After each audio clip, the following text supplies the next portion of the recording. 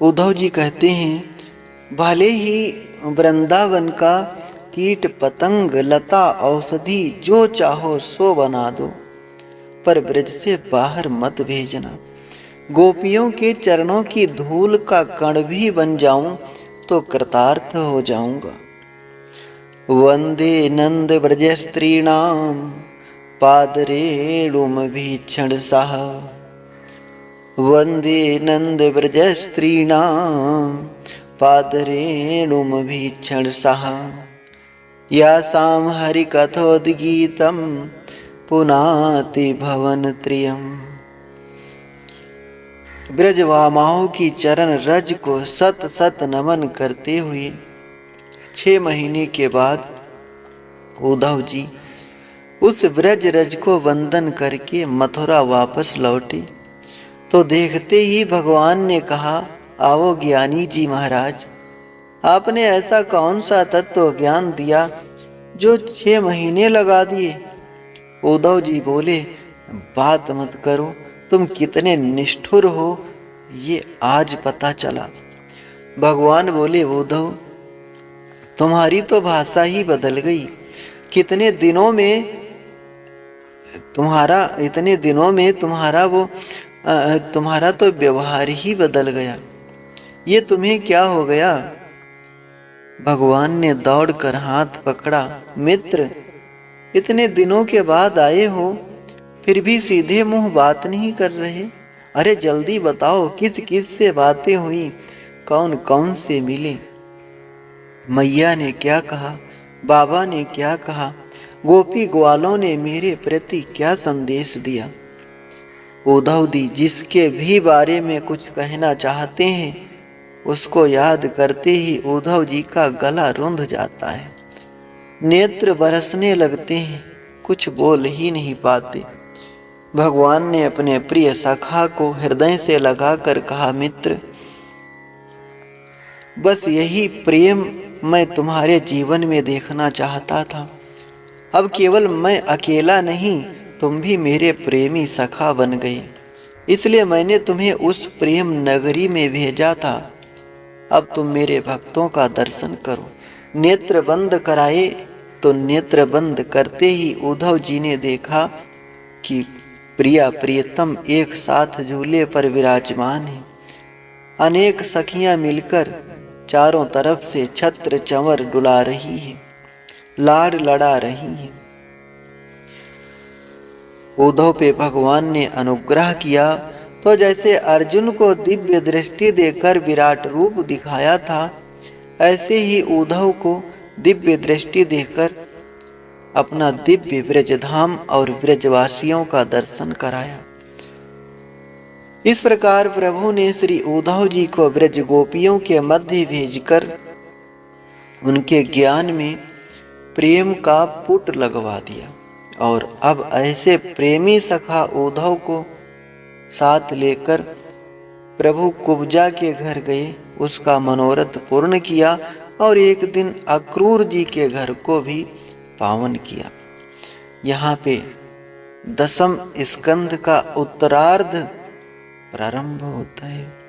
श्री शुकाचार्य जी अब श्रीमद् भागवत के 10वें स्कंध के उत्तरार्ध में प्रवेश करते हुए कहते हैं, परीक्षित प्रभु द्वारा कंस के उद्धार के पश्चात अब कंस की पत्नियां अस्ति और प्राप्ति अपने पिता जरासंध के पास गईं और अपने वैधव्य का कारण भगवान श्री कृष्ण को बताया तो जरासंध ने कुपित होकर 23 अक्षौहिणी सेना के साथ मथुरा पर आक्रमण बोल दिया। जरासंध ने कुपित होकर 23 अक्षौहिणी सेना के साथ मथुरा पर आक्रमण किया तो भगवान ने जरासंध की समस्त सेना का संहार कर दिया और जरासंध को जीवित छोड़ दिया। इस प्रकार लगातार जरासंध ने 17 आक्रमण किए पर भगवान उसे बार बार छोड़ देते हैं, मारते नहीं। जरासंध जब 18वीं बार मथुरा पर आक्रमण कर रहा था तो इधर नारद जी ने योजना बनाई और जरासिंध के साथ मलेच्छियों के राजा कालयवन को भगवान से युद्ध करने भेज दिया। पूरी मथुरापुरी को कालयवन ने भगवान सहित घेर लिया। भगवान उसे देखकर बिना कोई आयुध लिए नगर से बाहर निकल पड़े। कालयवन श्री कृष्ण को पहचान कर पकड़ने के लिए दौड़ा तो भगवान ने भी दौड़ लगाई और दौड़ते दौड़ते दौड़ते एक गुफा में घुस गए। उस गुफा में महाराज मुचकुंद सो रहे थे। उन्हें अपना पीतांबर उड़ाकर भगवान छुप गए। कालयवन ने पीतांबर को पहचान कर भगवान कृष्ण समझकर सोए हुए महाराज मुचकुंद को जोर से लात मारी। मुचकुंद जाग गए और उनकी दृष्टि पड़ते ही कालयवन जलकर भस्म हो गया। शुकाचार्य जी कहते हैं, परीक्षित, देवासुर संग्राम में मुचकुंद ने देवताओं का सहयोग दिया और वरदान में मांगा, मुझे विश्राम चाहिए। देवताओं ने कहा कि यहाँ विश्राम करो, जो आपको असमय जगाएगा वो भस्म हो जाएगा। तो आज भगवान ने मुचकुंद के द्वारा कालयवन को भस्म कर दिया। फिर मुचकुंद महाराज ने भगवान की स्तुति की और भक्ति का वरदान मांगा।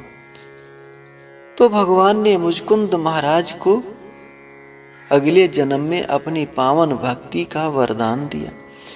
संतों की मान्यता है कि वही मुचकुंद कलिकाल में फिर नरसिंह भगत बनकर प्रकट हुए, जिन्हें भगवान की अविरल भक्ति का वरदान प्राप्त हुआ। परम भक्त नरसिंह जी भगवान के अद्भुत भक्त थे, जिनके लिए भगवान सामल शाह सेठ बनकर आए। कालयवन का अंत करवाकर प्रभु लौटकर मथुरा पहुंचे। उधर दाऊ महाराज ने अपने हल मूसल से उन मलेच्छियों का संहार कर डाला जो कालयवन के साथ आए थे। प्रभु दाऊ भैया के साथ मथुरा में आए और जैसे ही विश्राम किया कि जरासंध 18वां आक्रमण करने आ पहुंचा।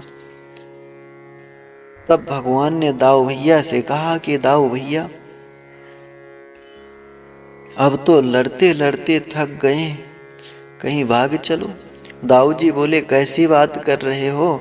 जरासंध 17 बार हारा बैठा है, हम भागेंगे तो वो पूरी मथुरा को मिट्टी में मिला देगा।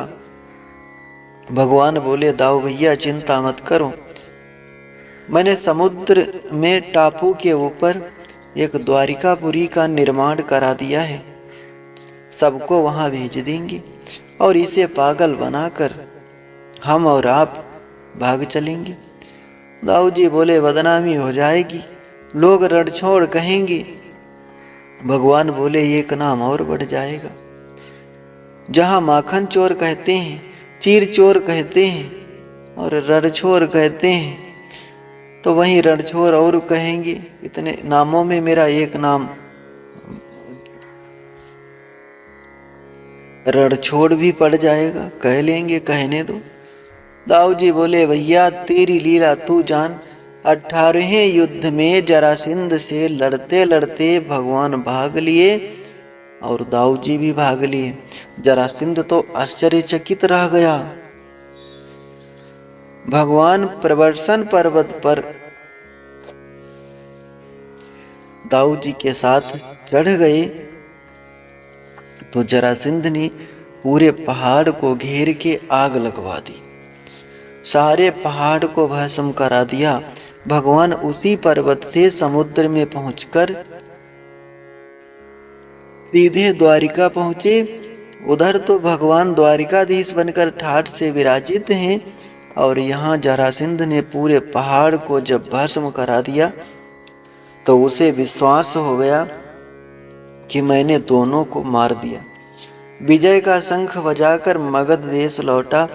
जरासंध ब्राह्मणों को अनुष्ठान पर बैठा कर आया था कि अब की बार मेरी विजय अवश्य होनी चाहिए, और वो हो भी गई। भगवान ने ब्राह्मणों का, संतों का महत्व बढ़ा दिया और जरासंध ब्राह्मणों का बड़ा अद्भुत भक्त बन गया। 11 वर्ष की अवस्था में वृंदावन छोड़कर प्रभु मथुरा पधारे। 14 वर्ष मथुरा में रहकर असुरों का संहार किया, उद्धार किया, और आज 25 वर्ष की अवस्था में प्रभु द्वारिकाधीश बने। ताऊ भैया का विवाह महाराज रेवत की पुत्री रेवती महारानी के साथ हुआ और द्वारिकाधीश बनकर प्रभु का प्रथम विवाह भगवती लक्ष्मी स्वरूपा रुक्मणी जी के साथ संपन्न हुआ। परीक्षित ने यहाँ टोका कि महाराज एक क्षण रुकिए, तो आप तो फटाफट बताते हुए जा रहे हो। महाराज, इस विवाह के बारे में मैंने बड़ी विचित्र बात सुनी है। भगवान भीष्मक सुताम रुक्मणीं रुचिरानना राक्षसेन विधानेन उपयेम इति श्रुतम्। भगवान भीष्मक सुतां रुक्मणीं रुचिराननं राक्षसेन विधानेन उपयेम इति श्रुतम्। हमने ऐसा सुना है कि हमारे प्रभु द्वारिकाधीश का प्रथम विवाह रुक्मणी जी के साथ राक्षस विधि से हुआ था। क्यों? सुखदेव जी मुस्कुराए, कहा बिल्कुल ठीक सुना था परीक्षित, ऐसा ही हुआ था। परीक्षित ने कहा तो थोड़ा विस्तार से सुनाइए महाराज, ये विधि आखिर भगवान ने क्यों अपनाई, क्या कारण था? तब सुखदेव जी कहते हैं कि परीक्षित, राजा शीत भीष्म को नाम विदर्भाधिपतिर महान तस्य पंचा भवन पुत्राः कन्या एका च वरानना। विदर्भ देश के राजा भीष्मक की एक पुत्री थी जिनका नाम था रुक्मिणी। भीष्मक जी के 5 पुत्र थे, रुक्मी, रुक्मरथ, रुक्मबाहु, रुक्मकेश और रुक्ममाली। 5 भाइयों की एक लौती बहन थी रुक्मणी। नारद आदि महात्माओं के द्वारा द्वारिकाधीश की निरंतर महिमा सुनकर भीष्मक जी के मन में अपनी बेटी के लिए सुयोग्य वर समझ में आ गया था। इसलिए 5 पुत्रों से परामर्श लिया, पुत्रों तुम भी समझदार हो गए हो, मेरा तो मन हो रहा है क्यों ना द्वारिकाधीश कृष्ण से तुम्हारी बहन का विवाह कर दूं, तुम्हारा क्या विचार है?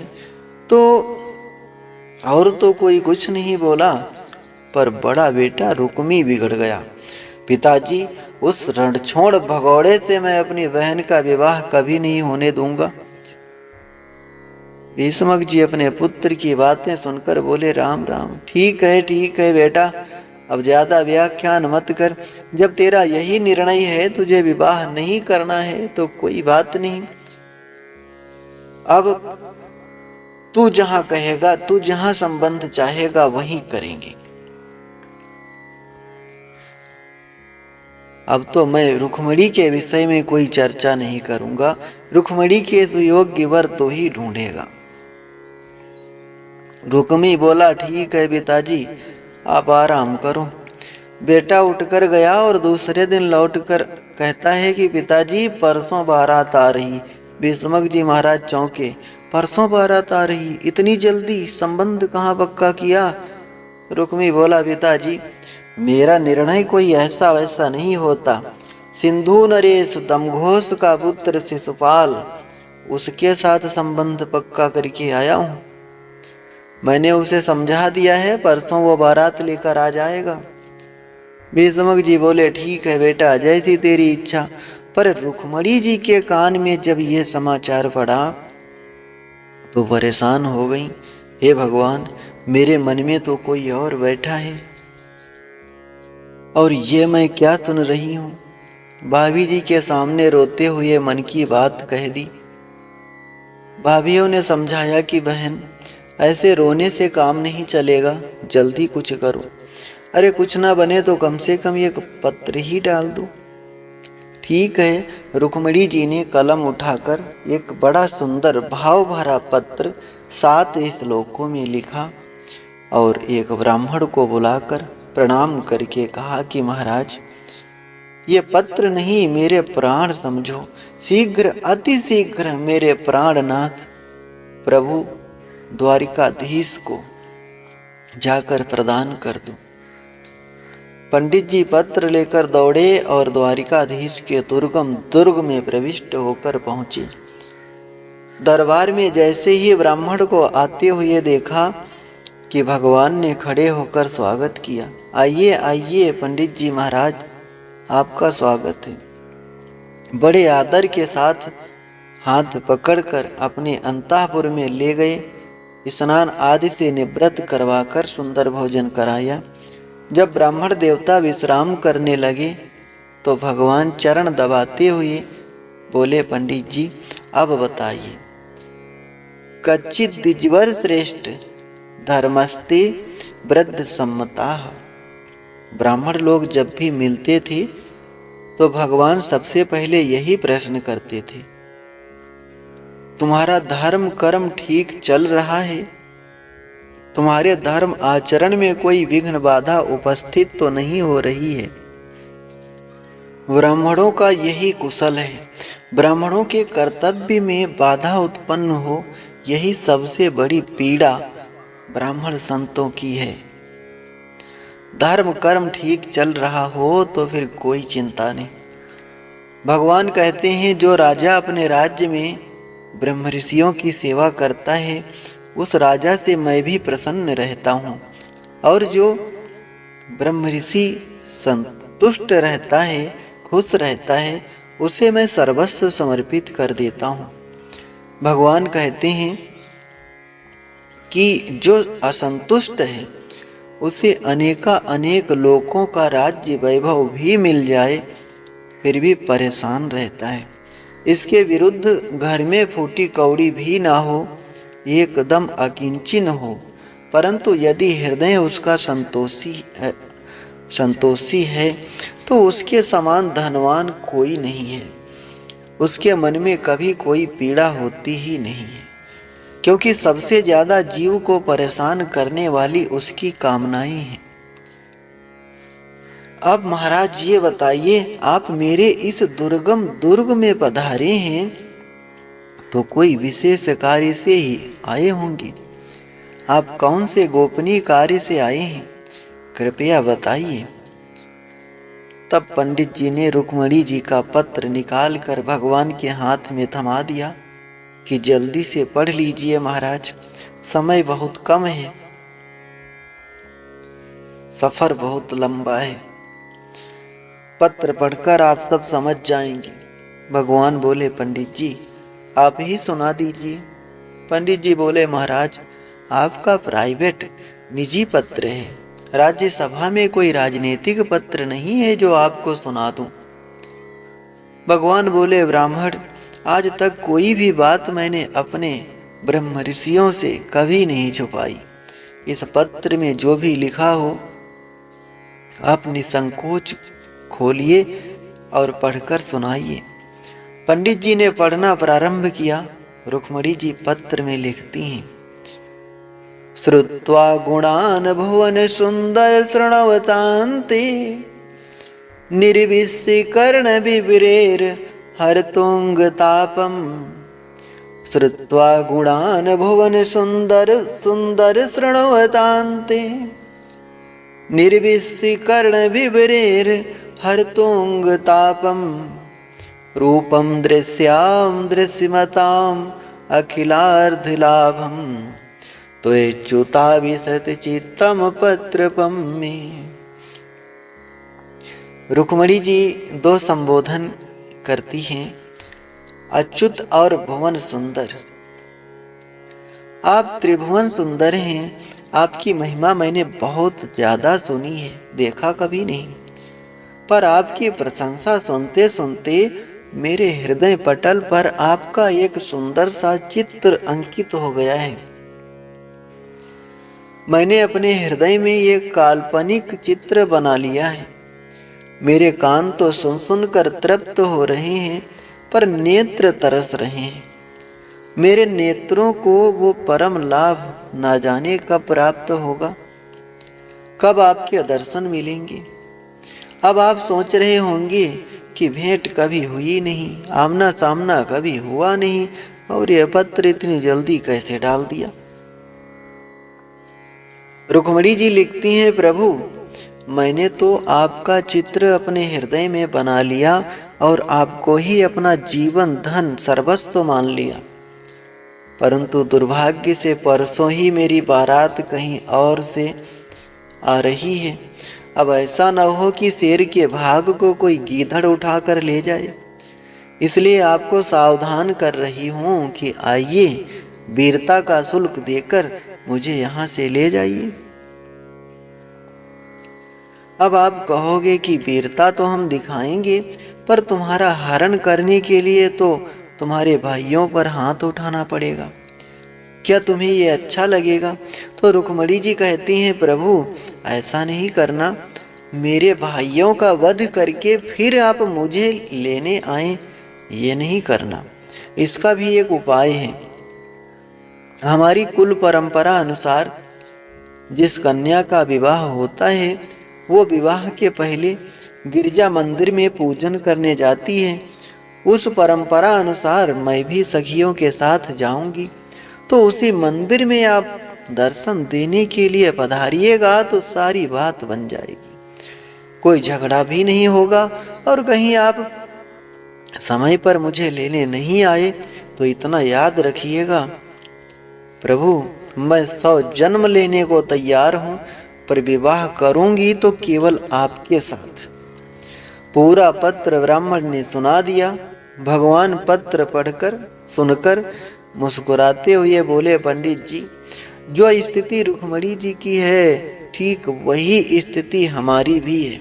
ब्राह्मण चौके, महाराज आपकी क्या स्थिति है, आप भी सुना दीजिए। भगवान बोले, संत ब्राह्मणों से रुक्मणी के सौंदर्य की महिमा सुनते सुनते आजकल मैं भी रुक्मणी जी के बारे में ही सोचता रहता हूँ। कभी कभी तो रात रात भर नींद नहीं आती, जागरण में ही रात्रि बीत जाती है। मुझे मालूम है कि रुक्मणी मुझे बहुत पसंद करती है, पर उसका भाई बहुत विघ्न डाल रहा है, उसी की वजह से सब गड़बड़ हुआ है। पर कोई बात नहीं, अब रुक्मणी का संदेश मिल गया है, उसकी मना स्थिति स्पष्ट हो गई है, तो अब देर करने की आवश्यकता नहीं। आप जल्दी तैयार हो जाइए। और भगवान खड़े हुए। सैब, सुग्रीव, मेघपुष्प, बलाहक नाम के 4 घोड़े जो उच्च श्रवा के समान गतिमान थे, भगवान अश्वों को लाकर रथ में नियुक्त करके बोले, पंडित जी जल्दी आइए। पंडित जी का हाथ पकड़कर रथ में बैठाया और रथ को वायु वेग से दौड़ा दिया। जो गोविंद का रथ दौड़ा, दाऊ जी ने देख लिया। अब रात का समय हो रहा है, आवाज लगाई द्वारिकाधीश, पर तब तक तो रथ ना जाने कहां से कहां पहुंच गया। दाऊ जी चिंतित हो गए, सेवकों को बुलाया, क्यों भाई रात हो रही है और ये द्वारिकाधीश अचानक रथ लेकर कहां भाग गए, बिना कुछ बताए, तुम्हें मालूम है। सेवक बोले, सरकार एक पंडित जी आए थे और कुंदनपुर के थे, इतना तो हमें पता है।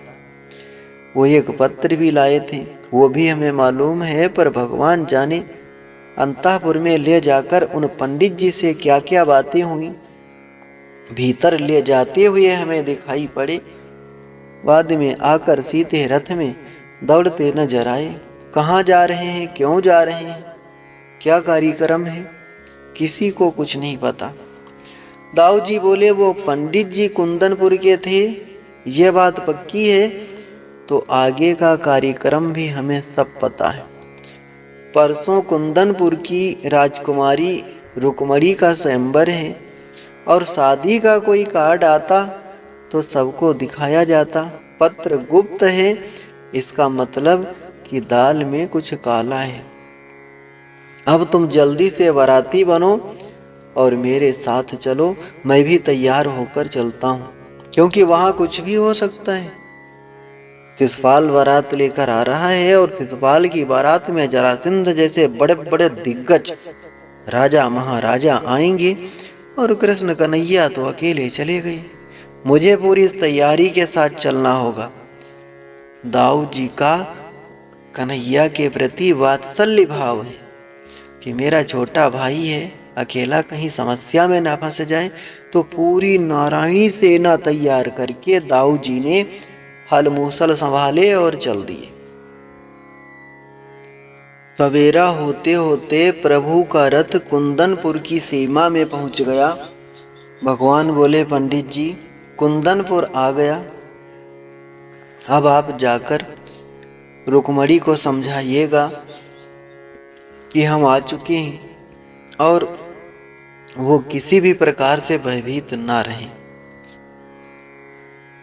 जैसा पत्र में लिखा है वही सब होगा। पंडित जी चल पड़े।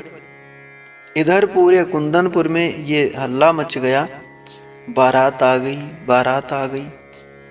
शिशुपाल बैंड बाजे लेकर आ चुका था। रुक्मणी ने कहा कि पिताजी आपने सुन लिया, बारात आ गई।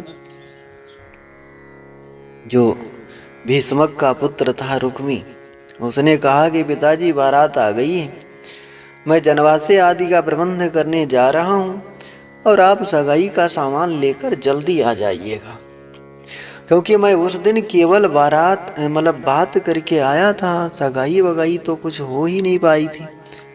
भीष्मक जी ने कहा ठीक है बेटा चलो, अब आधुनिक तरीके का विवाह हो रहा है, जब बारात आ गई तब सगाई चढ़ाई जा रही। तो भीष्मक जी सगाई का सामान तैयार करके ले जाने लगे। इधर रुक्मणी जी का एक एक क्षण युग के समान बीत रहा है। विचार करती हैं, हे भगवान बारात भी आ गई लेकिन द्वारिकाधीश का कुछ पता नहीं चल रहा है। पंडित जी भी अभी तक नहीं लौटे, न जाने क्या हो रहा होगा, वहां पर पहुंच भी पाए होंगे कि नहीं। रुक्मणी जी हाथ जोड़कर भोलेनाथ को याद कर रही हैं, हे भोलेनाथ मैंने जो सोमवार के व्रत किए हैं, आज तुम्हारे व्रत अनुष्ठानों का पूरा फल चाहिए। आज सब देवता मेरे विपरीत क्यों हो रहे हैं। दुर्भगया न मे धाता नानुकूलो महेश्वरः, दुर्भगया न मे धाता नानुकूलो महेश्वरः। देवी वा विमुखा गौरी रुद्राणी गिरिजा सती, देवी वा विमुखा गौरी रुद्राणी गिरिजा सती। हे मातेश्वरी, हे गिरजा मैया, हे रुद्राणी, हे भवानी, आपकी भी तो मैंने बहुत सेवा की है। आज मुझे अपने समस्त व्रत अनुष्ठानों का फल चाहिए। भगवती रुक्मणी देवी देवता याद कर रही थी कि अचानक बाएं अंग फड़कने लगे। ओहो, ये शुभ शगुन हो रहा है। रुक्मणी जी को शुभ संकेत मिलने लगे कि अचानक सामने से पंडित जी भी आते दिखाई पड़ गए। मंद मंद मुस्कुराते, डंडा घुमाते पंडित जी चले आ रहे थे और वह आने वाले की चाल चेहरे से ही पता चल जाता है कि कार्य बना कर आ रहा है कि बिगाड़ के आ रहा है। बिगाड़ के आया है तो लटका हुआ चेहरा अलग समझ में आ जाता है। रुक्मणी जी तो देखते ही प्रसन्न हो गई, लगता है काम बन गया। पंडित जी बड़े प्रसन्न नजर आ रहे हैं। दौड़कर ब्राह्मण को प्रणाम किया। महाराज जल्दी बताइए क्या समाचार लाए हो। ब्राह्मण बोले, बेटी समाचार तो उन्होंने कुछ भी नहीं दिया, पर तुम घबराना मत। तुमने जिसे समाचार भेजा था मैं तो उसी के साथ आया हूँ, वो मंदिर में तुम्हारी प्रतीक्षा में है। अब तो रुक्मणी जी के आनंद का पारावार नहीं रहा। अत्यंत गदगद होकर ब्राह्मण के चरणों में प्रणाम किया। महाराज तुम्हारे इस ऋण से मैं जीवन में कभी पूर्ण नहीं हो पाऊंगी। बार बार प्रणाम नमस्कार करके ब्राह्मण को विदा किया और दिव्य श्रृंगार करके भगवती रुक्मणी जी चल पड़ी। सखियों के साथ मंदिर की तरफ रुक्मणी जी चली जा रही हैं। इधर भीष्मक जी भी सगाई का सामान लेकर जनवासी की ओर जा रहे थे कि रास्ते में किसी ने खबर कर दी कि अरे महाराज, अपने नगर के बाहर द्वारिकाधीश कृष्ण खड़े हैं। भीष्मक जी ने कहा, ओहो, तब तो हम पहले उन्हीं का स्वागत करेंगे, पहले उन्हीं से मिलेंगे, बाकी का सब काम बाद में होगा। अब भीष्मक जी का अचानक रास्ते में ही कार्यक्रम बदल गया और जो द्वारिकाधीश को देखा तो प्रमुदित होकर दौड़े, आओ आओ सरकार, आपका स्वागत है, इस शुभ पावन घड़ी में आप पधारे, मैं तो धन्य हो गया। बार बार भीष्मक जी भगवान का स्वागत करने लगे। तो सगाई का सामान सिर पर लिए जो सेवक चले जा रहे थे, उन्होंने समझा कि दूल्हे सरकार निश्चित यही हैं, तभी तो महाराज इतना गदगद होकर स्वागत कर रहे हैं। सो एक एक सगाई का सब सामान द्वारिकाधीश के चरणों में चढ़ाना प्रारंभ कर दिया। सगाई चढ़ानी थी शिशुपाल को और चढ़ गई गोपाल को। भगवान भी मुस्कुरा कर बोले कि महाराज, ये सब करने की क्या आवश्यकता थी। अब भीष्मक जी को लगा कि गड़बड़ तो हो ही गई, तो हाथ जोड़कर बोले कि प्रभु, मैंने तो जैसे ही सुना कि आप पधारे हो, बस मेरी खुशी का तो पारावार ही नहीं रहा। मैं आपका भला क्या स्वागत कर सकता हूँ। आइए पहले मेरे घर चलिए। महाराज, आज ही मेरी पुत्री का विवाह है। कैसी शुभ घड़ी में आप पधारे हो। भगवान बोले, वैसे आज हम बहुत जल्दी में हैं, फिर भी तुम्हारा प्रेम देखकर मना करते भी नहीं बनता। चलो चलते। हाथ पकड़कर अपने रथ में बैठाकर भीष्मक जी गदगद होकर प्रभु द्वारकाधीश को अपने नगर में लाए। अब नगर में तो पहले से ही शोर मचा हुआ था कि बारात आ गई, बारात आ गई। भीष्मक महाराज के रथ में जब नगर वासियों ने द्वारिकाधीश का दर्शन किया तो गदगद हो गए। ओहो, रुक्मणी के तो भाग्य खुल गए। देखो कितना सुंदर दूल्हा है। इतना सुंदर दूल्हा इस नगर में आज तक कभी नहीं आया। जो देखता है वही गदगद हो जाता है। अब भीष्मक जी सुन कर बेचारे परेशान हो गए। बड़ी गड़बड़ी हो रही है। सोच कुछ रहे थे और हो कुछ रहा है। अब किस किस का मुख बंद करें, किस किस को समझाएं। एक सेवक को बुलाकर कहा कि इन्हें समझाओ, ये लोग क्या बकवास कर रहे हैं, लोगों को भ्रम हो रहा है। सेवक ने देवियों को समझाया, ये देवियों, पागल हो गई हो, ये हमारे मेहमान द्वारिकाधीश कृष्ण हैं, दूल्हे सरकार नहीं है। दूल्हे सरकार तो अभी जनवासे में ही खर्राटे मार रहे हैं। जब ये समाचार सुना तो बेचारी जितनी देवियां थीं सब उदास हो गईं। एक बोली, हे भगवान, हम तो सोच रही थी कि कुंदनपुर के भाग्य खुल गए, जो इतना सुंदर दूल्हा मिला, पर भगवान जाने रुक्मणी के भाग्य में कौन सा दूल्हा है। इससे सुंदर तो कोई अब हो नहीं सकता है। एक बुढ़िया बोली कि हे भगवान, आज तक मैंने जीवन में जितने पुण्य किए हों उसका एक ही फल मांगूंगी कि राजकुमारी रुक्मणी को यही वर मिले। नगर के जितने भी नर नारी हैं वो सब अपने अपने सुकृत मनाने लगे कि हमारी राजकुमारी इन्हीं को ब्याही जाए। जो देखता है वही निहाल हो जाता है। अब भगवान को लगा कि रुक्मणी उधर मंदिर में पहुंच रही होंगी, हमें बहुत विलंब हो रहा है। तो नगर में घूमते घूमते बोले कि बस महाराज, अब हमारी हाजिरी इतनी ही स्वीकार कर लो, हम जल्दी में हैं, अब आज्ञा चाहेंगे। भीष्मक जी ने कहा, महाराज, शादी में पूर्णतया सम्मिलित होकर जाते तो बड़ी खुशी होती। भगवान बोले, अब महाराज, आपने कोई चिट्ठी पत्री तो भेजी नहीं थी। अचानक हम यहाँ से निकल रहे थे तो देवी माँ के दर्शन किए, साथ साथ में आपके भी दर्शन हो गए। अतः हमारी इतनी ही हाजिरी स्वीकार कर लो, क्योंकि मैं विलंब से घर पहुंचूंगा तो बड़े भैया बहुत नाराज होंगे। भीष्मक जी ने मन में सोचा कि ज्यादा रोकना ठीक भी नहीं है। मेरा बेटा बहुत नालायक है, न जाने कैसा उठ पटांग कोई व्यवहार कर दे तो बात बिगड़ जाएगी। इसलिए अच्छा यही है कि इन्हें राजी राजी विदा कर ही देना चाहिए। रोकने का ज्यादा दुराग्रह नहीं करते हुए भीष्मक जी ने कहा, बस महाराज, ऐसे ही कृपा दृष्टि बनी रहे, जैसे आज अचानक आपने कृपा की, बस ऐसे ही इसी तरह से कृतार्थ करते रहना, इतनी कृपा करना। भगवान हंसकर बोले, चिंता मत करो महाराज, भगवान ने चाहा तो आना जाना हमेशा ही बने रहेगा। और ऐसा कहकर भगवान तो अपने रथ में बैठकर चल दिए।